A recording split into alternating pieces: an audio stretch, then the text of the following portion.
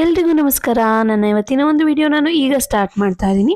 So organisation video ನಾನು ಇನ್ನೂ ತೋರಿಸಿರಲಿಲ್ಲ. So ಹೇಗೆಲ್ಲ ಕೌಂಟರ್ ಟಾಪ್ನ ಆರ್ಗನೈಸ್ ಮಾಡ್ತೀನಿ, ಹಾಗೆ ಒಂದು ಮಸಾಲಾ ರ್ಯಾಕ್ ಏನಿರುತ್ತೆ ಅದನ್ನು ಆರ್ಗನೈಸ್ ಹೇಗೆಲ್ಲ ಮಾಡ್ತೀನಿ ಅನ್ನೋದನ್ನ ವಿಡಿಯೋ ಹಾಕಿದ್ದೀನಿ. ಸೊ ಇದರಿಂದ ನಿಮಗೂ ಕೂಡ ಹೆಲ್ಪ್ ಆಗ್ಬೋದು, ಹೇಗೆಲ್ಲ ಆರ್ಗನೈಸ್ ಮಾಡ್ಕೋಬೋದು ಅನ್ನುವಂತಹ ಒಂದು ಐಡಿಯಾ ಬರ್ಬೋದು ಅನ್ನೋ ಒಂದು ಕಾರಣಕ್ಕೆ ನಾನು ಈ ಒಂದು ವಿಡಿಯೋನ ಅಪ್ಲೋಡ್ ಮಾಡ್ತಾ ಇದ್ದೀನಿ. ಸೊ ಇಷ್ಟ ಆಗುತ್ತೆ ಅಂತ ಭಾವಿಸ್ತೀನಿ. ಇಷ್ಟ ಆದರೆ ಒಂದು ಲೈಕ್ ಮಾಡ್ತಾ, ಶೇರ್ ಮಾಡ್ತಾ, ಕಮೆಂಟ್ ಮಾಡ್ತಾ ನಿಮ್ಮ ಅಭಿಪ್ರಾಯಗಳನ್ನ ತಿಳಿಸೋದನ್ನ ಮರಿಬೇಡಿ. ಸೊ ಇವಾಗ ರ್ಯಾಕ್ ಎಲ್ಲ ನಾನು ವಾಶ್ ಮಾಡಿದ್ದು ಎಲ್ಲ ವಿಡಿಯೋ ಹಾಕಿರಲಿಲ್ಲ. ಸೊ ಜಸ್ಟ್ ಆರ್ಗನೈಸೇಷನ್ ವಿಡಿಯೋ ಮಾತ್ರ ಹಾಕ್ತಾ ಇದ್ದೀನಿ. ವಾಶ್ ಕೂಡ ಅಷ್ಟೇ, ಗ್ಲಾಸ್ ಐಟಮ್ಸ್ನ ತೊಳಿಬೇಕಾದ್ರೆ ತುಂಬ ಹಾರ್ಡ್ ಸ್ಕ್ರಬ್ಬರ್ನ ಯೂಸ್ ಮಾಡಬೇಡಿ. ತುಂಬ ಹಾರ್ಡ್ ಸ್ಕ್ರಬ್ಬರ್ ನೀವು ಯೂಸ್ ಮಾಡ್ತಾ ಇದ್ದೀರಾ ಅಂತ ಅಂದರೆ ಕೈಯೂ ಕೂಡ ಹೇಟಾಗುತ್ತೆ, ಹಾಗೆ ಗ್ಲಾಸ್ ಐಟಮ್ಸ್ ಕೂಡ ಶೈನಿಂಗ್ ಕಮ್ಮಿ ಆಗುತ್ತೆ. ಸೊ ಇದಿಷ್ಟು ಒಂದು ಟಿಪ್ ಅಂತಲೇ ಅನ್ಬೋದು. ಸೊ ಇದಾದಮೇಲೆ ಮಸಾಲ ಬಾಕ್ಸ್ಗಳು ಅದನ್ನೆಲ್ಲ ಫಿಲ್ ಮಾಡಿ ಇಟ್ಬಿಡೋಣ ಅಂತ ಅಂದ್ಬಿಟ್ಟು ಮಾಡ್ತಾಯಿದ್ದೀನಿ.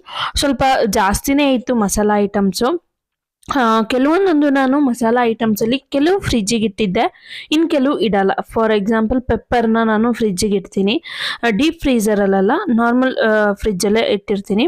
ಸೊ ಅದನ್ನೆಲ್ಲ ನಾನು ತೆಗೆದು ಇಡಬೇಕು. ಹಾಗೆ ಕಾಳುಗಳು, ಸೀಡ್ಸು, ಗ್ರೈನ್ಸು ಎಲ್ಲ ಏನಿರುತ್ತೆ ಅದನ್ನೆಲ್ಲನೂ ಕೂಡ ನಾನು ಸ್ಟೋರೇಜ್ ಬಾಕ್ಸ್ಗೆ ಹಾಕಿ ಇಡಬೇಕು.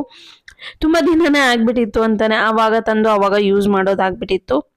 ಸೊ ಇಷ್ಟೆಲ್ಲರ ನಡುವೆ ನನಗೊಂದು ತಲೆನೋವು ಬಂತು. ಈಗ ಇನ್ನು ಗ್ಯಾಸ್ ಸ್ಟವ್ ಕ್ಲೀನ್ ಮಾಡಿ ಹೋಗಿದ್ದೆ, ಬಟ್ ಈಗಿನ್ನ ಈ ಥರ ಎಲ್ಲ ಆಗ್ಬಿಡ್ತು. ನನಗೊಂಥರ ಮೂಡೌಟ್ ಆಯಿತು ಅಂತಲೇ ಅನ್ಬೋದು.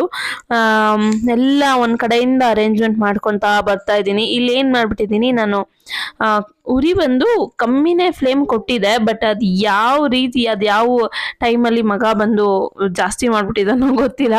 ಫುಲ್ಲು ಬೇಳೆ ಕುದಿಬೇಕಾದ್ರೆ ಗೊತ್ತಲ್ಲ ಉಕ್ಕುತ್ತೆ ಅಂತ ಕಟ್ಟು. ಸೊ ಈ ರೀತಿಯಾಗಿ ಉಕ್ಕಿ ದೊಡ್ಡ ತಲೆನೋವು ತಂದ್ಬಿಟ್ಟಿದೆ. ಅಯ್ಯಯ್ಯೋ ಅಂತ ಅನ್ನಿಸ್ಬಿಡ್ತು ಒಂದೇ ಒಂದು ಸರಿ, ಯಾಕಂದರೆ ತುಂಬ ಡೀಪ್ ಕ್ಲೀನ್ ಮಾಡಿಬಿಟ್ಟಿದ್ದೆ. ಕೆಲವೊಂದು ಸರಿ ಹಿಂಗೆ ಲೈಫಲ್ಲೂ ಕೂಡ ಅಷ್ಟೇ, ನಾವು ಏನೋ ಮಾಡೋಕ್ಕೆ ಹೊರಟಿರ್ತೀವಿ, ಅದು ಏನೋ ಆಗಿರುತ್ತೆ. ಕೆಲವು ಇತ್ತೀಚಿನ ದಿನಗಳಲ್ಲಂತೂ ಬೆಂಗಳೂರಲ್ಲಾಗಿರ್ಬೋದು, ಬೇರೆ ಕಡೆ ಆಗಿರ್ಬೋದು, ನಾನು ನೋಡ್ತಾ ಇದ್ದೀನಿ ಎಷ್ಟೋ ಯೂಟ್ಯೂಬರ್ಸ್ ಆಗಿರ್ಬೋದು, ಫ್ಯಾಮಿಲಿಯಲ್ಲಿ ಆಗಿರ್ಬೋದು, ಏನೋ ಅಂದ್ಕೊಂಡು ಮಾಡ್ತಾರೆ, ಅದು ಏನೇನೋ ಆಗಿರುತ್ತೆ. ಮುಂದೆ ಬರುವಂತಹ ದಿನಗಳಲ್ಲಿ ನಾನು ಹೇಳ್ತಾ ಹೋಗ್ತೀನಿ. ಫಸ್ಟ್ ಯಾವ ರೀತಿ ಮೇಲ್ ಮಾಡೋಕ್ಕೆ ಹೇಳ್ತಾ ಇದ್ದೆ ನಾನು, ಮೇಲ್ ಐ ಡಿ ಕೂಡ ಕೊಟ್ಬಿಟ್ಟು ಕೆಲವರು ಸ್ಟೋರಿಗಳನ್ನ ಕಳ್ಸೋರು, ಹಾಗೆ ಇನ್ನು ಕೆಲವರು ಹೇಳೋರು ನನಗೆ ಪರ್ಸ್ನಲ್ ಆಗಿ ಫೋನ್ ಮಾಡಿ, ಫ್ಯಾಮಿಲಿ ಮತ್ತು ಫ್ರೆಂಡ್ಸ್ ಎಲ್ಲರ ಸ್ಟೋರಿನ. ಸೊ ಕೆಲವೊಂದೊಂದು ಸ್ಟೋರಿನ ನಾನು ಸೆಲೆಕ್ಟ್ ಮಾಡಿ ನಾನು ವ್ಲಾಗ್ನಲ್ಲಿ ಹೇಳ್ತಾ ಇದ್ದೆ ಈ ಥರ ಆಗಿದೆ ಅಂತ. ಸೊ ಅದೇ ರೀತಿಯಾಗಿ ನಾನು ಇನ್ನು ಮುಂದೆ ಹೇಳ್ತಾ ಹೋಗ್ತೀನಿ. ಈ ಒಂದು ಚಾನೆಲ್ನ ಸ್ಟಾರ್ಟಿಂಗ್ ಡೇಸಲ್ಲಿ ನೀವು ನೋಡಿರ್ಬೋದು, ಎಷ್ಟೋ ಕೆಲವೊಂದೊಂದು ಬಾರಿ ಕೆಲವ್ರು ಕೇಳಿದ್ದಾರೆ ಇದು ನಿಮ್ಮ ಪರ್ಸ್ನಲ್ ಲೈಫ್ದ ಸ್ಟೋರಿ ಅಂತ.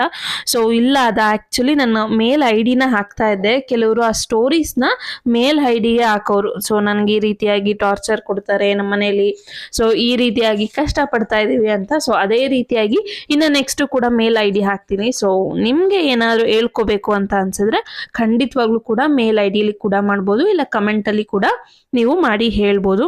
ಅದನ್ನು ನಾನು ನೆಕ್ಸ್ಟ್ ವಿಡಿಯೋಗಳಲ್ಲಿ ಸೆಲೆಕ್ಟೆಡ್ ಕೆಲವೊಂದೊಂದು ನಿಮ್ಮ ಸ್ಟೋರಿಗಳನ್ನ ನಾನು ಕೂಡ ವಿಡಿಯೋದಲ್ಲಿ ಹೇಳ್ತಾ ಹೋಗ್ತೀನಿ.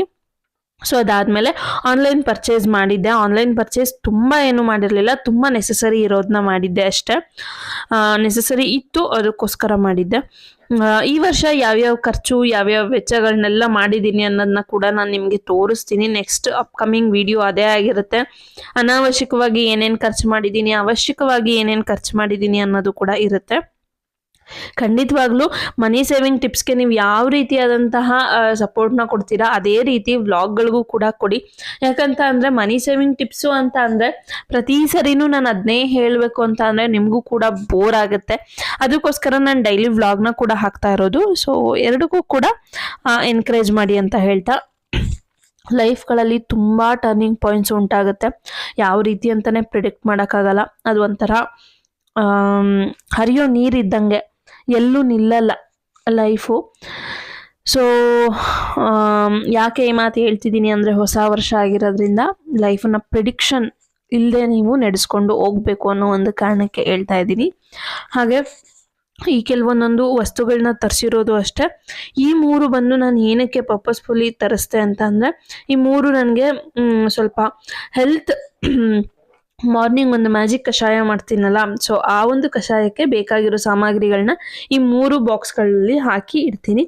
ಸೊ ಅಪ್ಕಮಿಂಗ್ ಬ್ಲಾಗ್ಸಲ್ಲೆಲ್ಲ ಏನು ನನ್ನ ಡಯಟ್ ಏನು ಮಾಡ್ತಾ ಇದ್ದೆ, ಲಾಸ್ಟ್ ಒಂದು 10 ಡೇಸ್ ಬಿಫೋರ್ ನಾನು ಏನು ವಾಕ್ ಹೋಗೋದು, ಒಂದು ಕಷಾಯ ಮಾಡೋದು ಅದೆಲ್ಲ ತೋರಿಸ್ತಾ ಇದ್ದೆ. ಅದನ್ನು ಮತ್ತೆ ತೋರಿಸ್ತೀನಿ, ಯಾಕಂದರೆ ಅದು ಮತ್ತೆ ಕಂಟಿನ್ಯೂ ಮಾಡೋಣ ಅಂತ ಅಂದ್ಕೊಂಡಿದ್ದೀನಿ. ಮಿಡಲಲ್ಲಿ ಸ್ವಲ್ಪ ಡಿಸ್ಟ್ರಾಕ್ಷನ್ ಆಗಿತ್ತು, ಹಾಗೆ ಹೆಲ್ತ್ ಇಶ್ಯೂ ಆಗಿರೋದ್ರಿಂದ ನಾನು ಬಿಟ್ಬಿಟ್ಟಿದ್ದೆ. ಸೊ ಇಲ್ಲ, ಇನ್ನು ನೆಕ್ಸ್ಟ್ ಕಂಟಿನ್ಯೂ ಮಾಡ್ತೀನಿ. ಹಾಗೆ ಒಂದು ಮ್ಯಾಜಿಕ್ ಕಷಾಯ ಕೂಡ ಇದೆ.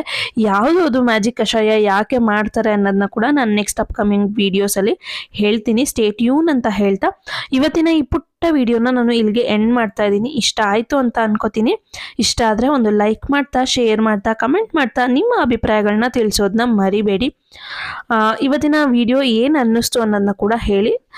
ಮರಿದೆ ಸಬ್ಸ್ಕ್ರೈಬ್ ಆಗೋದನ್ನ ಮರಿಬೇಡಿ. Okay, thank you so much. Bye bye. Have a nice day. Have a nice